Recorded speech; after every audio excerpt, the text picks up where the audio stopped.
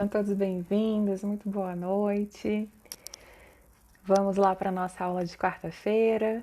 Enquanto vocês chegam aí, eu vou mandando para as pessoas saberem que já estou online. E aí daqui a pouquinho eu já olho para vocês, como sempre, tá?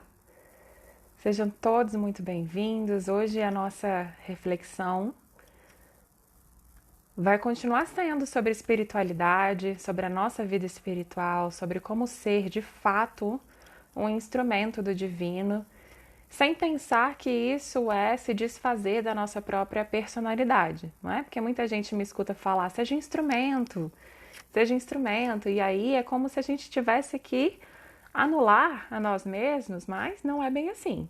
A gente não precisa se anular para ser instrumento, pelo contrário, a gente precisa saber muito bem quem somos para poder atuar como instrumentos verdadeiros. Já estou quase terminando aqui de mandar os aviõezinhos. Quem quiser e puder, por favor, manda também aí para os amigos entrarem, os amigos que têm interesse em falar de espiritualidade nessa perspectiva dos Vedas, não é? Essa perspectiva tão antiga e tão atual ao mesmo tempo, que eu sempre venho trazendo para vocês. Ó, já chegou um monte de gente aí. Muito boa noite. Nayara, Marcelo, Govinda Priya, Milton, Hare Krishna. Rosália, agora eu vou falar Rosália, hein? Silvia, Isabela, sejam todos bem-vindos. Muito obrigada pela presença. Pessoal, eu estava falando aqui, né, na hora que eu entrei, sobre ser instrumento, não é? A gente falou semana passada sobre ser instrumento de Deus, por que devemos ser instrumento, e aí eu recebi perguntas bem interessantes sobre a questão da nossa identidade, né? Mas se eu for instrumento de Deus, se é Deus que faz tudo, então o que eu faço? Eu não faço nada? Eu só sou uma marionete, né, da vida, da natureza de Deus? Como que funciona isso? E aí, com base nesse processo, é que eu vim conversar com vocês, tá? Sobre como ser. Vini, muito boa noite. Sejam todos bem-vindos. Radha Govinda. Que história é essa de ser instrumento? Não é, pessoal? Como ser instrumento? Instrumento significa o quê? Eu usei o exemplo da flauta. Eu falei que quando alguém toca uma flauta, a flauta precisa estar vazia, justamente para deixar o som passar através dela. É só a flauta vazia que emite um som. Se a gente não, se tem alguma coisinha emperrada ali na flauta, ela já não funciona mais. Mas ao mesmo tempo, a flauta ela precisa existir. Ela não deixa de ser uma flauta só porque ela é um instrumento. Então, não é porque eu sou um instrumento do divino que eu sou uma marionete, não é? Eu estava até conversando, oi Jean, muito boa noite. Estava conversando com o Jean sobre isso, sobre como as pessoas. Tem dois conceitos que as pessoas confundem bastante quando a gente fala sobre espiritualidade. O primeiro é o karma. O que é karma? Ação-reação, né? Para toda ação existe uma reação de sentido contrário e de igual proporção. Essa é uma lei da física. Então, quando a gente fala karma, as pessoas pensam, nossa, é uma coisa ruim, né? Ai, o fulano de tal é o meu karma, não é assim que a gente diz? Mas, na verdade, karma significa ação, é só isso. Você pode, se você fizer ações negativas, você vai atrair um resultado negativo, não tem jeito, é a lei da natureza. Mas se você fizer um karma positivo, você também recebe coisas positivas. Então, assim como as pessoas acham que karma é uma coisa ruim, mas na verdade não é, karma é literalmente a ação, atitude, fazer algo. As pessoas também confundem o fato de nos colocarmos como instrumentos de Deus com ser marionetes, não é? Então é isso que eu vim esclarecer para vocês de acordo. Buenas noches de Montevidéu, muito obrigada pela presença. Eu vim esclarecer de acordo com a nossa linha filosófica aqui milenar, que está dentro de todas as religiões. Outra coisa que eu e o Jean conversamos bastante, que eu até acho que merece uma live só para isso, né, Jean? É a questão da palavra religião. Por que que a gente se assusta tanto, né? Muita gente, vocês que são meus amigos buscadores aqui, falam sempre: ai, nossa, eu não gosto de religião, eu gosto de espiritualidade. E aí a gente fica pensando, né? O que que é religião? O que que é espiritualidade? Por que que a palavra religião ficou tão mal falada nesse meio, né? Como se fosse uma coisa limitada. Então a gente precisa esclarecer todos esses pontos do karma, do que é ser instrumento e do que é a verdadeira religiosidade. Porque quando a gente souber exatamente como funcionam todas essas coisas, aí sim a gente vai se posicionar de uma maneira útil. E a utilidade que eu estou falando aqui, pessoal, não é uma utilidade apenas material. É uma utilidade material e espiritual. Quando você sabe, entende, aceita e pratica os princípios do karma, de ser instrumento de Deus e o que é a verdadeira religiosidade, você, além de ajudar você mesmo, sua família, a sociedade em que você está inserido, você também investe na sua existência eterna. Não dá para separar a vida material de vida espiritual. Essa é a vida que nós temos, né? Todos estamos aqui encarnados. É o que temos para hoje. Então, dentro desse contexto material, precisamos inserir a vida espiritual. Mas a gente precisa tomar consciência para fazer isso. Senão, a gente vai vivendo no automático e acaba simplesmente repetindo as ações. Boa noite, Michael, seja bem-vindo.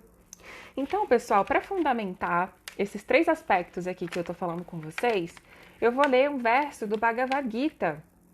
É um verso muito, muito especial que Krishna tinha apresentado para Arjuna. Krishna é Deus, é o nome de Deus, tá? Deus tinha apresentado para o seu devoto a sua forma universal. Ele revelou diante dos olhos de Arjuna, o seu discípulo, a grandeza de Deus, como ele é todas as coisas, como ele é tudo, absolutamente tudo. E vendo essa forma universal, Arjuna ficou até amedrontado. Imagina só, né? O que ele deve ter visto. Tem uma descrição linda dessa forma universal que eu não vou ler hoje para vocês, para não tomar o nosso tempo aqui. Depois leiam, é o capítulo 11, tá? Do Bhagavad Gita. Tem na internet de graça. Quem não tiver esse livro aqui, deixa o e-mail para mim no inbox que eu mando o PDF, tá? Todo mundo tem acesso ao Bhagavad Gita em português. Tem inglês e espanhol para quem é de Montevidéu aí também. Então, depois que Arjuna se assustou no sentido positivo com essa forma universal, ele falou assim, Krishna, ele falou assim, ó, a sua forma é tão aterradora, por favor, diga-me quem você é. Eu ofereço as minhas reverências, por favor, seja benevolente comigo. Você é o Senhor primordial. Quero saber mais sobre você, pois eu não sei qual é a sua missão.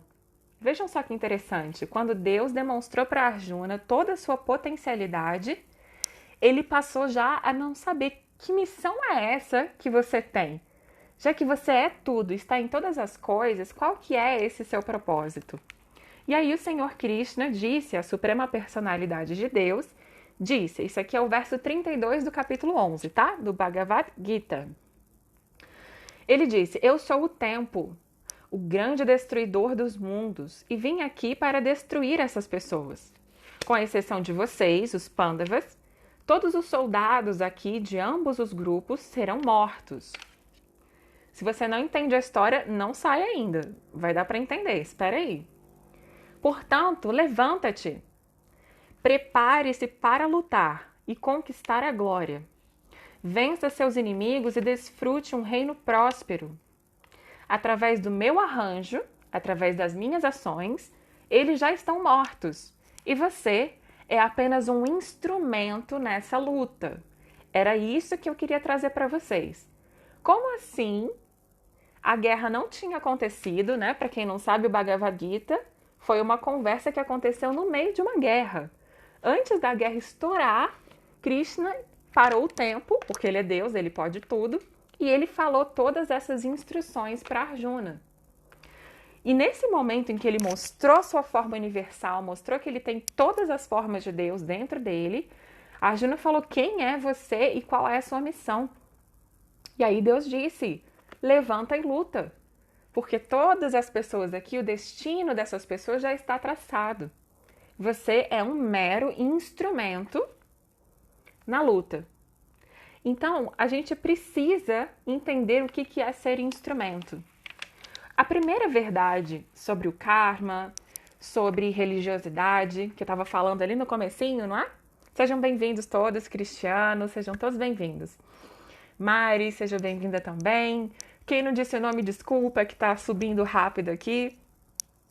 A gente precisa entender por que essa existência material está acontecendo. Se Deus é tão maravilhoso, por que Ele tem moradas assim como a nossa Terra, que é tão cheia de dor, doença, pandemia, corrupção? Por que essa existência material é tão aterradora? Por que a gente nasce e tem que morrer? Hoje eu atendi uma pessoa, uma senhora que perdeu o neto filho, né? Que era criado com ela. Perdeu um neto de 24 anos. E aí, o que a gente fala numa situação dessa, né? Por que uma pessoa de 24 anos morre? Por que as crianças morrem? Por que tem isso e aquilo? Qual é a nossa função no meio dessa bagunça toda? Por que nós estamos sendo convidados a olhar a espiritualidade no meio disso tudo? Como conciliar todas essas coisas? É por isso que eu sempre trago aqui o Bhagavad Gita. Olá, Ricardo, seja bem-vindo. Cássia, Carla, querida, seja muito bem-vinda, Carla. Então, pessoal, para a gente entender que confusão é essa, o que a gente está fazendo aqui e como ser instrumento, vejam só, Deus fez esse favor para nós. No meio de uma guerra, Ele ajudou o seu devoto a entender o que é ser um instrumento. É como se a gente estivesse numa guerra também, cada um está na sua guerra diária. O Bhagavad Gita, ele é literal, ele aconteceu, mas ele também pode se encaixar na vida de cada um de nós. Ele é um livro que se chama Loka Shiksha, é um ensinamento para o mundo todo. Loka significa mundo, planeta, e Shiksha é ensinamento. Então, tudo que Krishna fala aqui, que Deus fala nesse livro, serve para cada um de nós.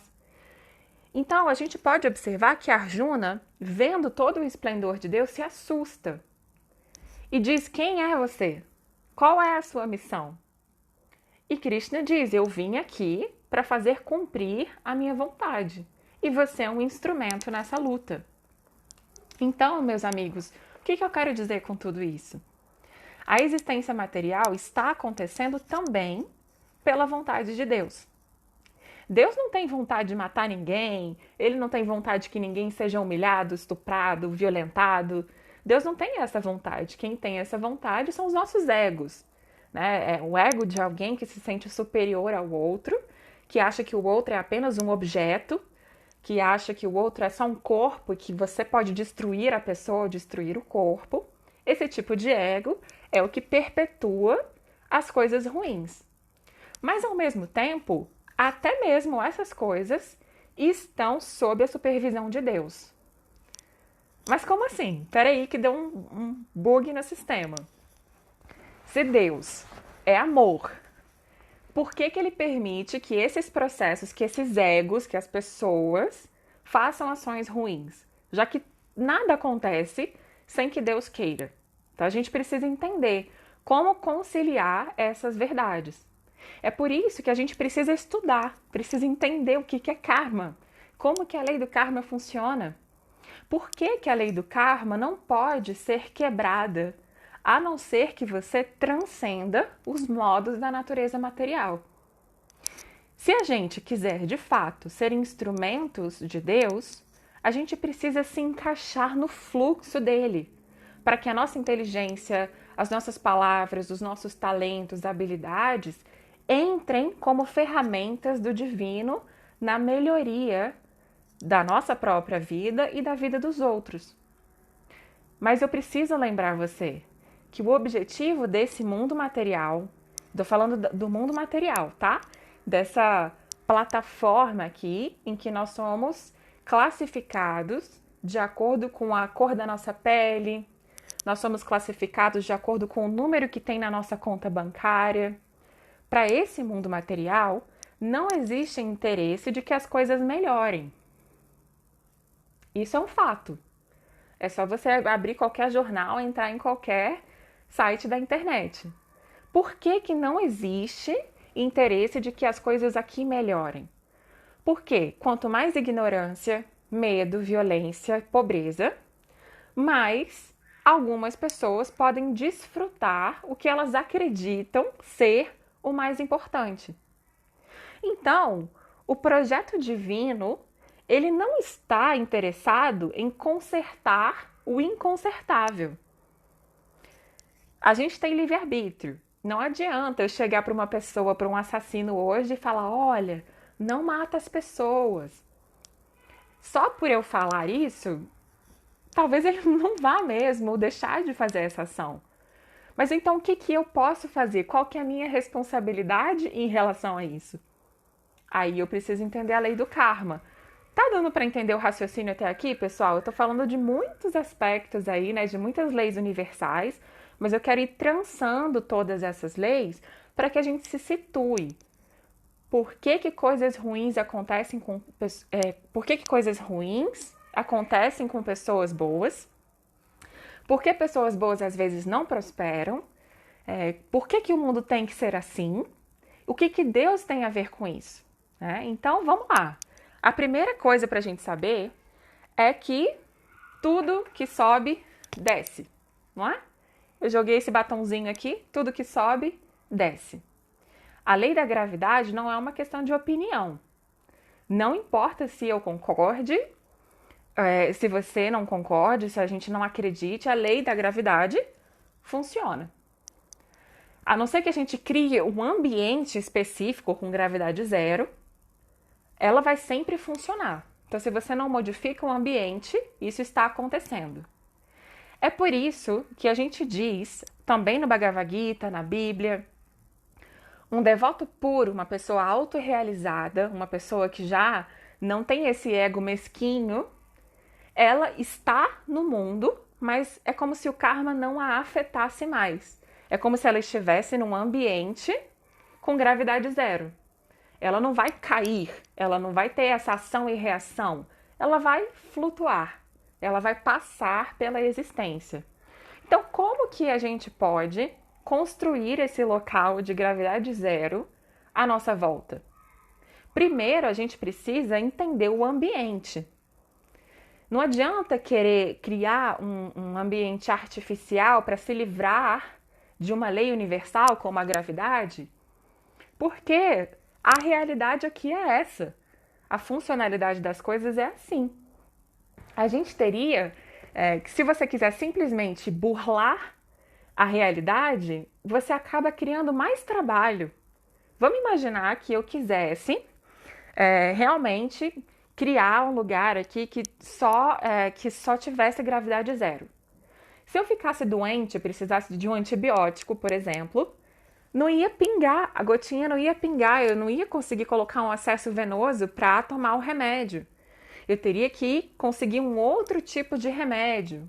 É um exemplo material e limitado, eu espero que vocês estejam conseguindo entender. Não adianta eu criar artifícios para tentar burlar uma lei do karma. Eu vejo muita gente fazendo isso, né? Poxa, mas eu tô fazendo bem. Eu tô aqui, eu vou na igreja todo domingo, eu faço trabalho de caridade, eu faço tudo e as coisas não dão certo. Então é como se você quisesse forçar o ambiente a se transformar porque você está fazendo uma ação positiva. E as coisas não são assim. A gente precisa entender que a lei do karma, ela é imbatível. E ela não funciona exatamente como a gente gostaria. Toma lá, dá cá, não é? Não é exatamente assim. Talvez uma pessoa que tenha feito muito mal para você só vá pagar isso daqui muito tempo. A gente não sabe quanto. Quantos políticos, quantas pessoas a gente vê que fazem coisas horríveis, que causam a morte mesmo das pessoas por corrupção, e demora, às vezes nem paga, nem resolve nada, fica por isso mesmo, morre e fica por isso. Mas a gente precisa entender que o tempo linear aqui do mundo material não pode ser o nosso parâmetro. É muito mais complexo do que a gente pode imaginar. E essa complexidade está entrelaçada pela sabedoria divina. O que o meu ego deseja fazer, seja de bom ou de ruim, ele vai fazer, tá? Eu tenho liberdade para fazer a ação, mas o fruto dessa ação não sou eu que pego no ar a hora que eu quero. O fruto dessa ação está nessa teia, nessa malha da existência material. Como eu, né? Eu mesma, pessoalmente, já nasci em muitas vidas, em outros lugares dessa existência material. Por conta dessas atividades do passado, hoje eu tenho o corpo que eu tenho, a saúde que eu tenho, a família que eu tenho, a quantidade de dinheiro que eu tenho. Por conta de muitos, não só dessa vida, não só as ações que eu fiz nessa existência, mas a de todas as outras ali para trás, tudo isso criou uma teia, uma malha que me segura agora e que me permite continuar criando mais teias, mais malhas, ou me permite romper com esse ciclo e começar a tomar conta da minha existência espiritual. Até que essa minha malha não esteja 100% ok, até que eu não tenha pago as minhas contas, não adianta eu querer forçar um ambiente onde a gravidade não funciona. Eu preciso lidar com as coisas que eu mesma plantei. E isso é a lei do karma. A lei do karma, ela vai cessar. Ela vai cessar a partir do momento em que você já não tiver mais frutos para recolher. Mas como que eu vou fazer isso? Tem uma metáfora muito legal que meu Gurudeva conta. Ele diz assim, quando tá muito calor, a gente liga o ventilador de teto, né? E aí aquele ventilador fica girando. E esse ventilador, quando a gente desliga, ele ainda continua dando umas voltinhas, não continua? Ele diminui a velocidade, mas ele ainda continua dando umas voltinhas. Então, quando você toma consciência do que é a existência material, quando você começa a se instruir sobre a realidade espiritual, quando você tem um mestre e começa a seguir as coisas, os processos que ele te fala, é como se a sua hélice do ventilador tivesse diminuído de velocidade. Você desligou a ação e reação do seu karma, quando de fato você faz o que o mestre diz, ok? Se a gente segue o que Jesus falou, se a gente segue o que Mahaprabhu falou, a gente desliga o motor dos desejos materiais. Mas até que esse motorzinho do ventilador pare por completo, existe ainda um movimento. E esse movimento é natural. As coisas não param de uma vez. Então, se você está aqui, quarta-feira à noite, estudando sobre o Bhagavad Gita, abrindo a sua mente e o seu coração para esse conhecimento, quer dizer que ou você já apertou o botão para parar, ou está querendo muito apertar esse botão. Porque quando a gente decide entender as leis universais e ser instrumento de Deus, aí essa nossa malha restante, ela vai sendo ajustada pelo próprio Senhor Supremo. Ele pode tudo, né, gente? Ele pode fazer qualquer coisa. Então, quando você é instrumento e serve a Deus diretamente através de um mestre qualificado, ele pode dissolver essa malha do karma, essas ações e reações que há tanto tempo nós plantamos, tá? Deixa eu ver aqui, alguém mandou alguma coisa? Um não existe sem o outro, sem a dor não há gratidão. Isso, a gente está numa existência material em que existe a dualidade, não é? Para toda vítima tem que ter um vilão, para todo vilão tem que ter uma vítima. Mas o que eu estou interessado em falar aqui para vocês é justamente como, apesar do karma, começar... Deixa ele rodando aqui, deixa a sua hélice, ela vai parar, mas ela ainda vai rodar. Ainda tem coisas para... Eu tenho muitas pendências ainda kármicas com pessoas para resolver. Eu não sou uma pessoa iluminada. Eu tenho pessoas para servir, pessoas para conhecer, pessoas para ajudar e ser ajudada, para ensinar e para aprender. E o problema não é esse. O problema é se eu continuo criando mais e mais desejos materiais, esquecendo que essa malha do karma pode e deve ser em função de Deus. Aí, Krishna, Deus, Cristo, ele pode muito bem botar o dedinho dele ali, ó, no ventilador e parar. Ele consegue fazer o que ele quiser, desde que eu tenha rendição. Por isso que eu li para vocês esse 11º, ó. Ele diz assim, Krishna diz assim, ele fala o nome das pessoas que estavam na guerra, tá? Não assusta com os nomes não, é só nomes diferentes. Drona, Bhishma, Jayadratha, Karna e outros grandes guerreiros já foram destruídos por mim. Portanto, mate-os e não fique perturbado. Simplesmente lute e você derrotará todos os seus inimigos na batalha. E aí, eu vou ler só mais uma linhazinha aqui. Isso que eu tô lendo é o significado que o mestre deu, tá? Prabhupada. Ele falou, olha, todos os planos são feitos por Deus. Mas ele é tão bom e misericordioso com seus devotos que quer dar o mérito a seus devotos que fazem o seu plano segundo o seu desejo. Portanto, a vida deve funcionar de tal modo que todos hajam em consciência de Krishna, em consciência de Deus, e busquem um mestre espiritual que lhes transmita ensinamentos acerca de Deus. Por sua misericórdia, podemos compreender seus planos, e os planos dos devotos estão no mesmo nível dos planos do Senhor. Todos devem seguir esses planos e sair vitoriosos na luta pela existência. Gente, olha que coisa maravilhosa. Eu vou usar o querido Mestre Jesus como exemplo, tá? Quando Jesus veio aqui, qual que era o plano de Deus? Claramente, o plano de Deus era enviar o seu próprio filho para que ele contasse para a gente sobre ele. Olha, a Terra existe, vocês estão aqui? Estão. Mas se você amar ao próximo como a ti mesmo e Deus sobre todas as coisas, se você utilizar todos os seus talentos, todas as suas relações para fazer o bem e para servir a Deus, você sai dessa existência material e vai para sua morada eterna. Ele veio comunicar a verdade espiritual. Tem gente que acha que o plano dele não deu certo, porque Jesus foi crucificado. Mas vocês acham que por acaso isso também não estava nos planos de Deus?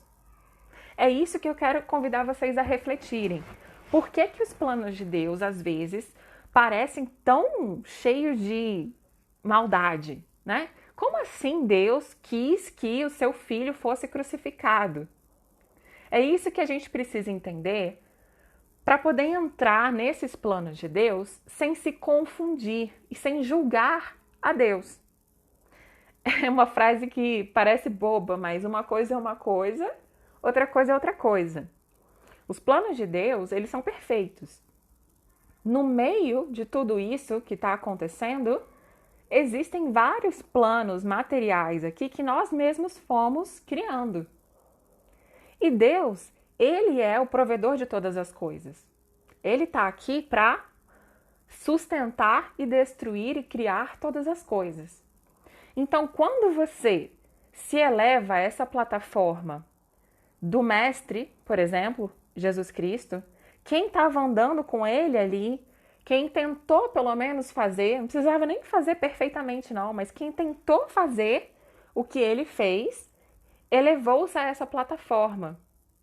E, de um jeito ou de outro, foi, como dizem os cristãos, arrebatado, né? Foi levado para essa existência espiritual. Mas se você não se eleva a esse patamar, se você acha que a vida material é feita só para você desfrutar mesmo, que tem que fazer tudo o que quiser, porque tem até uma música, né? Um dia vamos deixar esse mundo para trás, então eu quero viver uma vida que vale a pena. Tá na moda essa música nos reels da vida aí. Então, se a gente pensa somente assim, se a gente não tem noção de que a espiritualidade é superior à materialidade, as nossas ações nos enredam cada vez mais. E aí, a gente acaba lá na frente encontrando o lugar de vítima para um vilão, um algoz. Ou a gente acaba sendo o algoz para poder fazer acontecer o local da vítima. Deu para entender até aqui? Estão conseguindo acompanhar o raciocínio? Ricardo disse, aqui é o salão do sofrimento. Temos uma longa caminhada de provações para alcançar a luz, a fraca luz que nos leva à verdadeira luz. Pois é. E essa caminhada de provações? Como é que a gente vai fazer essa caminhada? A gente pode ir a pé, a gente pode ir de chinelo, pode ir de tênis, alguns vão de moto, outros vão de carro, cada um vai de um jeito. Por que não se equipar para fazer essa caminhada da melhor maneira possível? E o único jeito de parar de criar mais malhas e mais teias de karma, tanto positivo quanto negativo, é se elevar à plataforma dos mestres, dos devotos puros de Deus, seguir a instrução deles e aí começar a entender a realidade divina. Eu até gravei um vídeo uns anos atrás, uns 4 anos atrás, tem no meu YouTube. Eu fiz umas montagenzinhas assim que eu sabia fazer na época para contar uma história, né, de como assim realidade espiritual. Eu tô aqui falando Deus, Deus, Deus, realidade espiritual, vamos investir na nossa vida espiritual, o mundo não é lá essas coisas, mas como que eu vou saber que realmente existe? Por que eu tenho que sacrificar a minha vida material para poder viver essa realidade espiritual? E aí tem uma história que conta exatamente como isso funciona, né? Tinha uma princesa muito linda que era uma filha muito querida do rei. Ela era a filha favorita do rei e o rei tinha dado para ela um colar maravilhoso, um colar de joias muito raras. E a princesa ficou toda feliz com aquele presente, o colar de joias dela. E foi, né? Saiu com as amigas, mostrou o colar e estava toda orgulhosa que tinha ganhado o colar do seu pai. Até que as amigas e a princesa resolveram se banhar no rio. E elas foram até o rio para brincar e a princesa pensou, eu não vou entrar com o meu colar no rio, porque vai que eu perco, né? Então, junto com as suas roupas, ela tirou o colar e colocou ali na margem do rio para que não perdesse o tal maravilhoso colar. Acontece que ela estava lá pulando, brincando, mergulhando com as amigas no rio e de repente veio um corvo e pegou o bendito colar da princesa. O corvo pegou e saiu já voando, não tinha nem o que fazer. Vendo aquilo, a princesa ficou horrorizada, ficou desolada. Foi correndo para casa, falou, pai, o colar maravilhoso que você mandou trazer de não sei aonde para mim, nananã. E o pai falou, filha, calma, é só um colar, eu te dou outro, não tem problema. Ele era um rei, né? E ela falou, não, pai, eu quero aquele colar ali. Se não for aquele colar, não vale. Eu quero aquele colar. E aí o rei viu que ela estava muito determinada mesmo nessas palavras e que não tinha jeito. Filha, calma, eu te dou outro colar. Não, pai, se você não achar esse colar, eu vou me matar. É uma princesa dramática. Vendo isso, o pai dela anunciou para o reino todo, quem encontrar o colar da minha filha vai receber metade do reino como recompensa. Aí imagina só a loucura que virou aquele reino. Todo mundo estava procurando em todos os lugares o tal colar da princesa. Era um colar tão diferente, tão precioso, que se você visse, você já ia reconhecer. Passou ali uns 2, 3 dias, um menininho pobre estava ali no meio da floresta coletando lenha. Ele estava lá na vida dele, normal, coletando lenha, parou para descansar perto de um lago. E as pessoas nem gostavam de ir para aquela região, porque aquele lago ele era meio sujo. Tinha aqueles bichinhos voando, tinha um cheiro desagradável. Mas o menino já estava acostumado, sentou lá para deitou lá para descansar e ficou. De repente ele olhou para a água do lago sujo e viu o colar. Ele falou, não, peraí. Sabe quando a pessoa esfrega o olho para saber se é verdade? Ele falou, meu Deus, o colar da princesa, eu vou ganhar metade do reino. E ele, sem pensar, se jogou naquela água imunda e mal cheirosa. Só que ele tentava pegar o colar e não conseguia. Nada do que ele fizesse. Ele botava a mão, botava o pé e pulava. Ele já estava todo ensopado com aquela água horrorosa. De repente, uma pessoa que estava passando viu aquele movimento e falou: o que esse menino doido tá pulando na água suja? Que história é essa? A pessoa também viu o colar. Nossa, olha ali, é o colar da princesa. Sem pensar, essa pessoa também pulou ali. Vendo o movimento, mais pessoas começaram a vir para esse lago sujo e fedorento. E as pessoas se jogavam ali, ó, tentando pegar o colar da princesa. E ninguém conseguia, tinha algum poder místico nessa água, tinha alguma coisa estranha que não deixava as pessoas pegarem. Até que essa notícia, claro, chegou nos ouvidos do rei. O próprio rei veio, com todos os seus associados, tentar pegar o tal colar. Os soldados pularam, até os ministros pularam, o rei pulou naquela água horrorosa, todo mundo já estava se coçando, já estava todo mundo sujo, mas ninguém conseguia pegar o colar. Até que uma pessoa santa, um homem renunciado, vou falar que era uma mulher, tá? Uma mulher santa passou por ali. Ela veio, estava andando e falou: nossa, o que está acontecendo aqui? Ela perguntou para o rei: rei, o que o senhor, um rei tão distinto, está fazendo aí molhado com essa água podre? E o rei disse: ó, santa, acontece que o colar da minha filha caiu aqui dentro dessa água. Todos nós estamos tentando pegar e tem algum poder místico aqui, hein? Porque ninguém consegue. A mulher santa olhou para o colar, olhou para o lago, olhou para todo mundo e riu. Ela riu, ela simplesmente começou a dar risada. O rei já ficou bravo, né? Ela falou: rei, você é um tolo. Vocês todos são muito tolos. E o rei ficou muito chateado. Como assim, santa? Que história é essa? A senhora vem aqui, só porque é santa acha que pode chamar a gente de tolo? Como é que é isso? E a santa disse: rei, por favor, veja só, o colar não tá ali dentro do lago. E o rei falou: ah, tá. Tem 900 pessoas aqui, porque na Índia é assim, tá? Sempre tem milhões de pessoas. Tem 900 pessoas aqui vendo que o colar tá lá dentro. A senhora é uma só e tá dizendo que não tá? Porque esse é o poder das grandes massas, né? Quando todo mundo diz alguma coisa, a gente acredita que aquilo é verdade. Mas a santa continuava rindo. O rei falou: eu vou te prender se você continuar rindo. E a santa falou: rei, meu querido rei, meus queridos amigos, por favor, prestem atenção. O colar está ali em cima da árvore. O que vocês estão vendo é só um reflexo na água. Todo mundo olhou para cima e eles não acreditaram. Realmente, o colar estava pendurado em cima da árvore. Eles estavam se jogando na água imunda, tentando pegar a joia, tentando, se coçaram, se sujaram, se humilharam.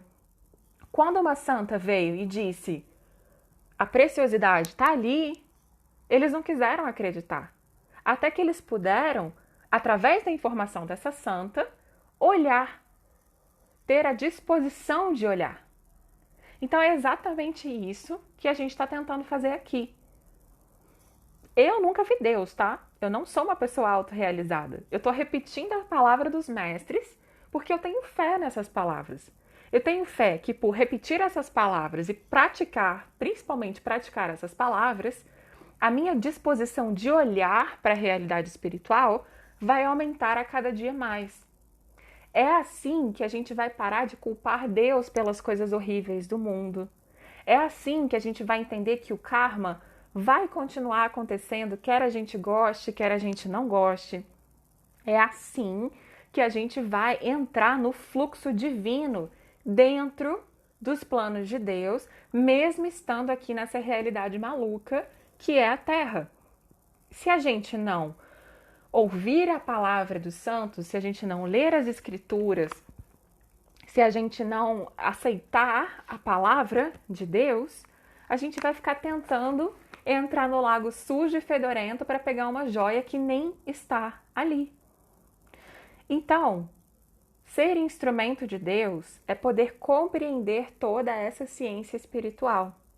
Nós somos seres humanos. Só nesse corpo humano é que a gente pode se reunir aqui, criar aplicativos como esse que nós estamos usando, para poder discutir temas relevantes.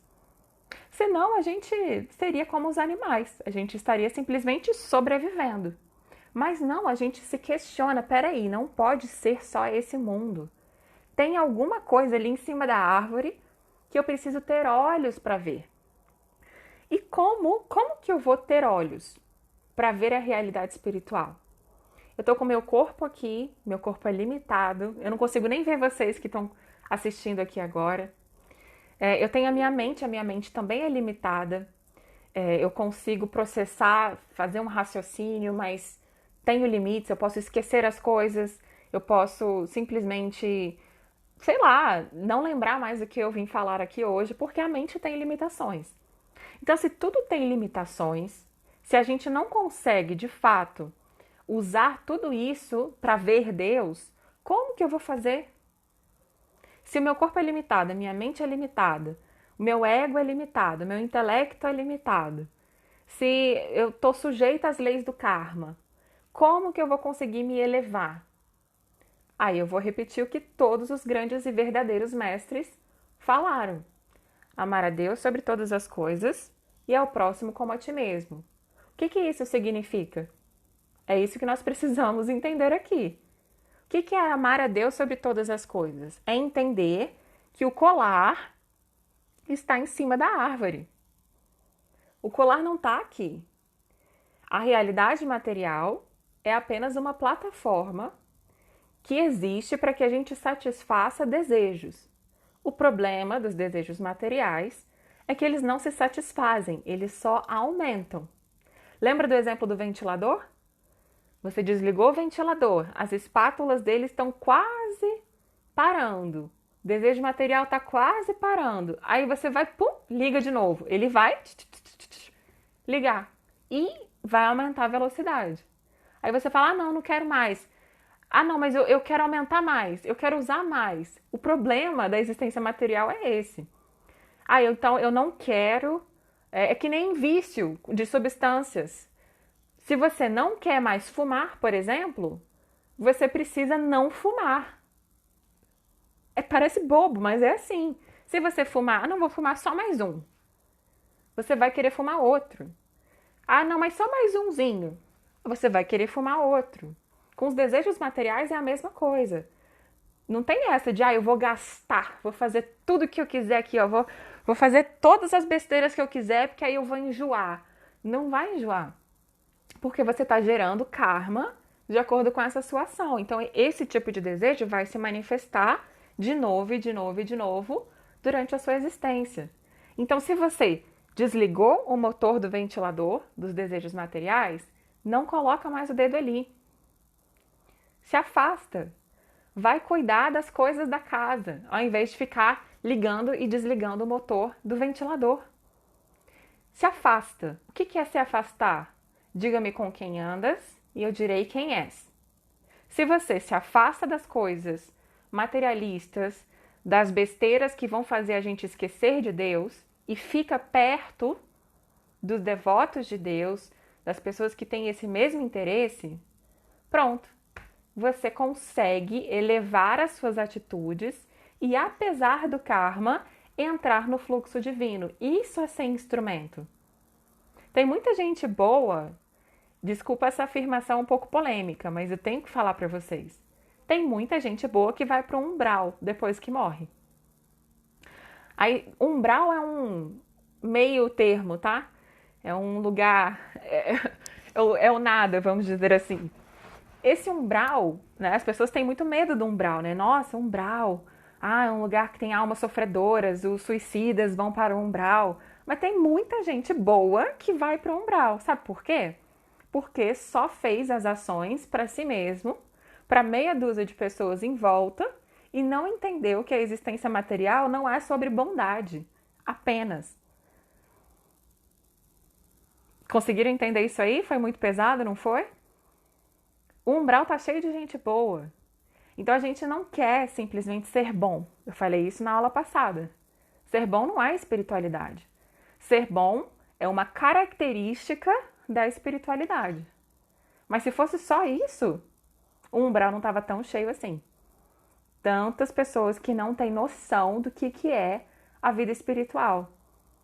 Estamos na matéria, precisamos da matéria, ok. Ninguém está dizendo para vocês venderem as coisas aí não, tá? Isso aqui eu nunca vou dizer. Mas a gente precisa entender por que estamos sendo bons, por que estamos trabalhando, por que estamos retroalimentando esse sistema que nos classifica pela cor da pele e pela quantidade de dinheiro que temos no banco. Eu e você vamos continuar retroalimentando esse sistema. E aí, se a gente paga as contas direitinho, se a gente não deve ninguém, então nós somos bons. Será que é isso mesmo? A gente precisa pular essa série. Enquanto a gente não entender, que, como o Krishna disse aqui, essas pessoas lá da guerra de Kurukshetra, a guerra do Mahabharata, ele disse, eles já foram destruídos por mim. A morte, a vida é controlada por Deus. Simplesmente vai lá, faz o seu dever, porque o resto é comigo. Entende? Se a gente entende o que tem que fazer aqui na vida como seres humanos e faz, o resto vos será acrescentado. Busca primeiro o reino dos céus e o resto vos será acrescentado. Se você foca em ver que o colar está em cima da árvore e não está na água suja, a sua visão se eleva. Quando a sua visão se eleva, você vai tomar muito mais cuidado com quem você conversa, que roupa que você veste, qual alimento você coloca dentro de você, que tipo de coisa você assiste, escuta, escolhe. Todas essas suas escolhas é o diga-me com quem andas e direi quem és. Sem estar na companhia daquela santa que chegou lá no lugar e falou, gente, que bando de tolos, pulando na água suja. Sem ela, sem essa santa, as pessoas não iam conseguir entender. Elas iam continuar se jogando naquela água imunda e achando que tem alguma coisa mística, sendo que a responsabilidade era apenas delas mesmas. Quando a santa veio, passou uma informação, uma instrução e eles fizeram, eles viram. Então, o que é devoção? Eu botei o título devoção nessa live. O que é devoção? Devoção é eu rezar para Deus, agradecer por Ele ser maravilhoso toda noite? Ó Senhor, muito obrigado pela minha família, pela minha casa. Isso é lindo, eu faço isso. Tem que fazer. Louvar a Deus é a melhor coisa. Mas só isso não garante o seu lugar no céu. Tem muita gente que rezava todo dia que está no umbral. E eu não quero que ninguém aqui fique parado nesse umbral. O que é o umbral? É um lugar que é e que não é. É um meio para você evoluir ou para você voltar. Então é como se fossem as pessoas que estavam ali, em cima do muro. O que é estar em cima do muro? É achar que ser espiritual é ser bonzinho. É ser bom, pagar conta, pagar boleto. É não brigar com o vizinho. Isso é o mínimo. Deixa eu ver aqui o que vocês escreveram. O guru é a lente transparente que nos importe, que nos... Deve ser que nos ensina, não sei, né? O guru é a lente transparente que nos faz enxergar, exatamente. O corpo não delibera. Pois é. E aí? Como é que a gente vai resolver isso, então? A gente entendeu que a lei do karma existe, assim como a lei da gravidade. Tudo que sobe desce, tudo que eu faço retorna para mim. Mas diferente da lei da gravidade, que é imediata, a lei do karma, ela está dentro dessa malha tecida também por Deus. Somos nós que criamos o nosso karma, mas Ele é que gerencia tudo isso. Já entendemos que, apesar do karma, apesar de ainda ter karmas, eu posso apertar o botão, tentar parar os meus desejos materiais e não ficar retroalimentando esses desejos. Como que eu faço isso? Vendo e escutando e agindo segundo as palavras dos mestres. Se você não se abrigar num mestre, não vai. Aí você vai ser aquela pessoa boa que foi para o umbral. Só porque era boa, então achava que ia para o céu. Ser bom é um sintoma da espiritualidade. Você vai virar um mantra. Espiritualidade é servir a Deus. Como que a gente serve Deus se a gente só tem corpo, mente, ego e não consegue ver Deus diretamente? Como? Servindo o devoto de Deus. Muito obrigada pela presença, fica à vontade. Entenderam, pessoal? Se a gente não se associar com os devotos do Senhor, se a gente não olhar para onde eles estão apontando, onde está a verdadeira riqueza, o verdadeiro colar, a gente vai ficar achando que está arrasando aqui só porque é honesto e legal e não maltrata os outros. Mas não é só isso, ok? Alma, buscar-te-ás em mim e a mim buscar-me-ás em ti. Santa Teresa. Adorei. Muito bom. Exatamente. E o mais maravilhoso é que ele já está aqui, né? Deus já está aqui. A minha alma está aqui. Deus já está aqui. Eu tenho que retirar todas essas amarras, essas capas que me fazem me identificar com ser legal, pagar conta, cuidar das coisas materiais, blá, blá, blá, blá, blá. Não é só isso. Isso é o mínimo, ok? Gente, eu agradeço muito a presença de vocês. Já são 9h06, já falei aqui durante 1 hora. Eu espero ter trazido um pouquinho desses conceitos aí para vocês. Se tiverem qualquer dúvida, mandem para mim, por favor, tá? A Bia disse, adoro como você explica as coisas. Fazia tempo que não assistia suas lives.